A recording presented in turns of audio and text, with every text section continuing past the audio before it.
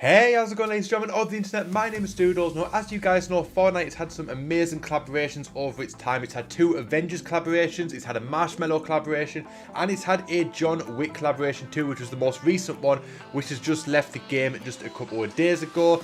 And they are set for another one right now, potentially one of the biggest collaborations they have ever done. And we're going to be talking about that a little bit later on in the video, because today's patch notes is actually split into two different sections. We've got the regular 9.10 patch notes, which is obviously the main topic of the video, but we've also got this new event in its own form of news as well. So we're going to be diving into that afterwards towards the end of the video. So hopefully you guys are excited with this one today. If you are, make sure you give this video a big thumbs up. If you're new around here, make sure you subscribe and notifications on. And if you want to help support and grow the channel even further, make sure that you're using code Doodles in the Fortnite item shop and buying skins. It really helps the channel out a lot. But for now, let's dive straight into the 9.10 patch notes. Let's do this. Now, the patch notes are actually quite small today. A lot of it is focusing on creative and other stuff. A lot of it's mainly just fixes in the game as well, rather than new additions or changes to the game. It's more just trying to fix issues that are already present in the game. But the main thing today is the brand new hotspots. It says randomly selected locations on the map that have a high loot rate with an increase of supply drops. So this is going to be really interesting. So basically certain sections of the map are going to have more loot than others. Obviously, that is also going to make them very high drop points. I imagine this is probably done to try and get people to land in different places rather than always Neo-Tilted or Salty Springs or something like that, because obviously Tilted Towers is always going to be the hotspot in the game, but Salty Springs is also the big hotspot. And generally places like Lonely Lodge might get one person, it's usually me, that lands there. Lucky Landing, the same sort of thing, no one really ever goes there. Happy Hamlet has one or two people here and there. Haunted Hills, another one. Junction, another one. People don't generally land in these places. So I'm guessing that they're hoping these hotspots, by adding extra loot into maybe some of these places, will get a lot more people landing there. So if you're not really into the high engagement type of gameplay, if say for instance it's Lonely Lodge has the hotspot, just maybe try and avoid it. But if you want to get the best loot, like your legendary weapons early on in the game, you're going to definitely want to drop there and try and loot up as best you can. But you will come under a lot of fire and a lot of opposition trying to do so. But we'll talk about them a little bit later on when we get down to that section, because obviously it'll go into a bit more detail with them. Next up, we've got the upcoming rotations of the limited time modes. Obviously we just had the John Wick mode, which was absolutely fantastic. Without a doubt, I think my favourite LTM in the game that isn't Team Rumble. I think that's exactly how it is. I absolutely love that. I wish it stayed for longer. Once I got my win on the first day that it was out. I didn't get a chance to play it much anymore. I think I jumped into like maybe 2 or 3 more games because I was so busy with uni work. I finished my degree very soon, so I kind of couldn't just sit and play Fortnite all day, and it absolutely sucks because I love that mode so much. I'd love to see it come back, even if it's not under the John Wick umbrella, but I'd love to see the mode come back one way or another at some point later on. Whether we will, only time will tell. But it says sniper shootout duos, which is obviously sniper rifles, down players eliminated instantly, so there's no reboot bans or anything like that. Unvaulted squads, which is the OG weapons in the game in standard squads mode, and close encounters, which is shotguns and jetpacks. They're coming into the game over the next week or two, so if you're interested in them, make sure you go and check them out. Next up, we've got the weapons and items section, which is pretty much just a lot of availability being reduced, but also an unvaulting of a weapon, which I'm quite surprised about actually. But it says Shadow Bombs, reduced availability from floor loot to 0.835% to 0.677%, reduced the availability from chest to 4.65 to 3.98, and they reduced the drop count from 3 to 2. Shadow Bombs have seen a lot of late game use. We want to encourage risk versus reward when picking the item up. By leaving maximum stack the same, reducing availability, the item's potential remains the same, but swapping a spot for it earlier on is risky.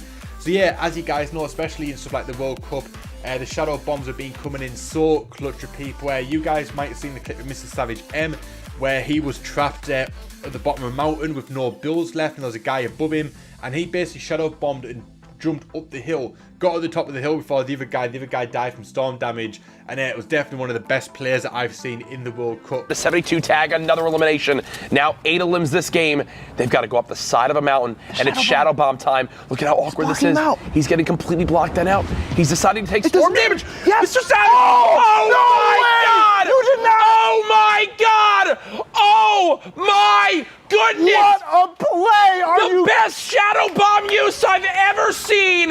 Mr. Savage M rising to the top of the mountain like his plane will when this freak of nature probably goes to New York. Take it away, Zeke and Sundown. I'm gonna faint. And that's kind of what they're hinting at here, that they're becoming a bit too sort of OP in the late game, especially with traversing the map and going up there and like hills and mountains and that without taking any damage and using builds. So I can sort of see why they've done it, but it's definitely going to sort of change the meta up just a little bit, not too much, but just a little bit towards the end of the game, especially in scrims and World Cups and stuff like that. But next up, we've got the unvaulting of the semi-auto sniper rifle. Obviously, you guys know this is a sniper rifle that doesn't do as much damage as a regular bolt or the heavy sniper, but it can be fired up to 10 times without reloading. So you can really pop off shots with this one if you've got the accuracy for it. And I can definitely see this one being one that's going to be used quite a bit, but I'm not that great with snipers. I'm better with them than I used to be. I've actually gotten pretty damn decent with them. But the semi-auto sniper rifle will definitely give me a lot more opportunity to hit those shots. So I can see a lot of people maybe doing that as well. They are available in vending machines, chests and floor loot, and they are available in green and blue rarities. But it also says Synth-thermal rifle and scope revolver have been recently vaulted. This week we wanted to bring back an oldie but goodie to round out the medium and long range item lineup. Now, I don't really see the point in that, because in the medium range we've got a lot of ARs. We've got the heavy AK, we've got the heavy AR, we've got the regular AR, we've got stuff like the boom bow as well as in the game. Then you've got like the bolt rifle, you've got the heavy rifle. Like, I think we've got some pretty decent long range and medium range weapons in the game, so I don't think we necessarily needed this. We've also got the thermal, we've also got the scoped AR as well, so we've got like a lot of medium long range weapons in the game. I don't think we really needed it, but it is what it is. It doesn't do as much damage, which is good. So at least you're not going to get popped off with like millions of one-shot kills like the heavy sniper rifle. So it's kind of got swings and roundabouts. If you're not a good with accuracy, this could be the sniper rifle for you. And I'll definitely be jumping back in and checking it out. It's been a while since we've used it, and I'll definitely be interested in seeing what it's like compared to the other ones now that I'm a little bit better with a sniper rifle. It's also one of my go-to sniper rifles for the fact that my accuracy sucks. But like I said, I've got a little bit better with a sniper recently, so I'm hoping I don't need to go back to it and I can use the obviously the high-powered heavy sniper rifle continuously from here on out. Moving on, they've also nerfed the combat shotgun in terms of availability. They've reduced the availability from floor loot to 2.015% to 1.409%, so a 0.6% drop. They've reduced the availability from floor loot, from chest loot, from 2.183 to 1.846, so a 0.3% drop in chest loot availability. When compared to other items of similar rarity, the combat shotgun was dropping a bit too frequently. This change will put it close in lines with other items, which is fair enough. It hasn't been completely nerfed into the ground to the point where you're not going to get it. It just means that you're not more likely to get it than like attack shotgun, for instance, or other epic or rare legendary items rather. And then we've got some fixes in the game as well. Dropping part of the consumable item stack will no longer interrupt when using a consumable. So I'm assuming, say if you're using a potion, like a shield, and you drop one for a teammate, it would stop the animation. I'm assuming that's the case of what was happening, but it no longer is going to happen. Shadow bombs correctly leave the player inventory when no charges are left.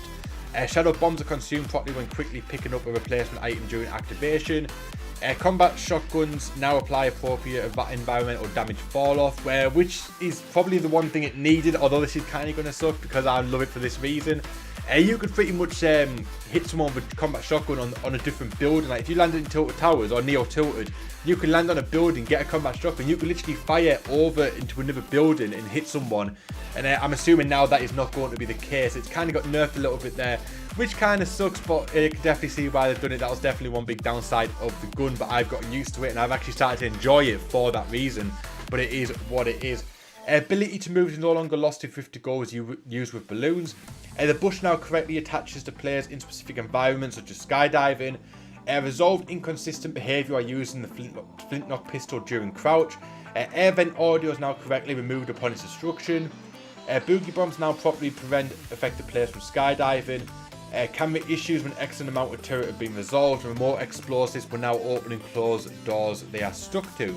So yeah, cool. There's a lot of fixes there. But moving on to the hotspots, which is obviously the big thing of the patch notes. It says introducing hotspots. Every match select named locations with marked gold in gold text on the map. So obviously the words Neo Tilted could be in gold text rather than the standard white text. These hotspots represent the presence of loot carriers. Shoot down the carriers for additional high quality weapons. Minimum of 1 hotspot per match. 25% chance of 2 hotspots and 5% chance of 3 hotspots. Loot carriers. Loot carriers drop a rare or higher quality along with 2 stacks of ammo.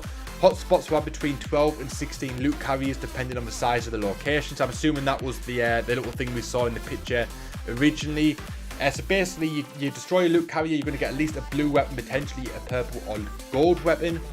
And so obviously that does generally mean that pretty much these areas are going to become high action spots, especially in the early game. Everyone's going to get the higher loot items a lot sooner. But obviously, if you know that you can drop there and potentially get a legendary scar right off the bat, you're going to land there, but so are a lot of other people. So it definitely could mean that you're going to get some sticky situations with this new hotspot. Equipping the blueprint to start building has improved in high latency situations and added a crosshair dot or skydiving to allow for more precise map marking. They fixed an issue with auto material swap cancelling turbo build if the client can't predict the amount quick enough. Updated environmental and cozy campfire trap collisions to better allow players to walk over campfires. Players can no longer fire or reload weapons while reviving a down but not out teammate, and contrails no longer stuck on the player if they drop from the bus directly into the slipstream. Then they've also got various other fixes in the game. They've tried to fix the hitch issues a little bit as well. They've got generally better, but they still use a little bit of improvement. They've added a new headshot and shield break sound for when the 2 events occur at the same time. They boosted the volume of footsteps. I'm going to put these on screen for you guys, and I'm also going to put the patch notes in the description box. A lot of these are just random fixes, which if we talk about them, we will be here for a very, very long time. And also, we've also got something else we need to talk about. So, yeah, I'm going to put these on screen for you guys, and you can go back and check them out if you want. But now it's time for the main event, and that is the news item that popped up on screen yesterday during gameplay. It said game recognizes game, and it was a bit confusing what that meant, but it had this logo. It had this logo which you guys may recognize. It was a Michael Jordan logo. Obviously, he had a basketball in his hand. It was very clear it was a basketball themed event that was going on.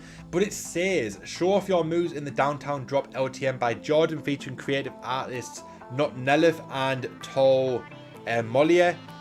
Launch off massive jumps, grind down city streets and collect coins to win.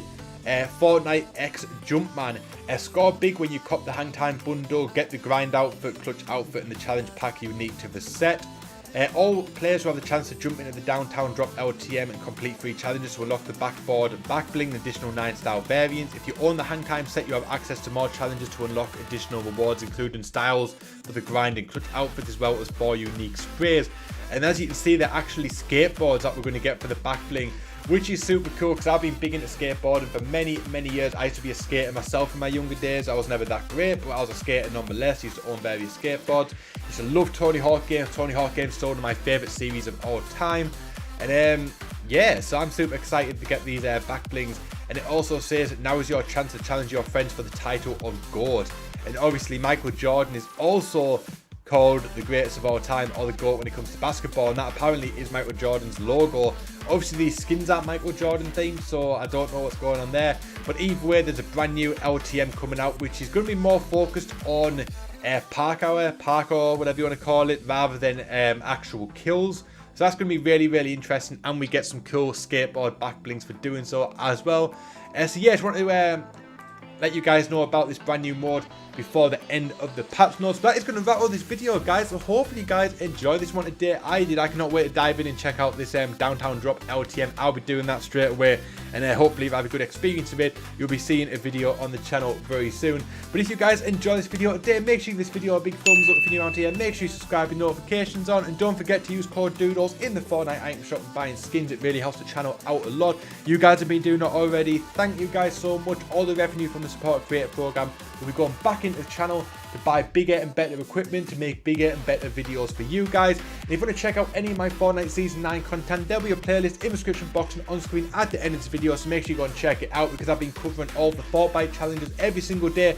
I've been uploading the latest Fortnite challenge for you guys, so if you're stuck with any of them, make sure you check the playlist out in the description box, and I'll definitely help you out with them and all the future ones as well.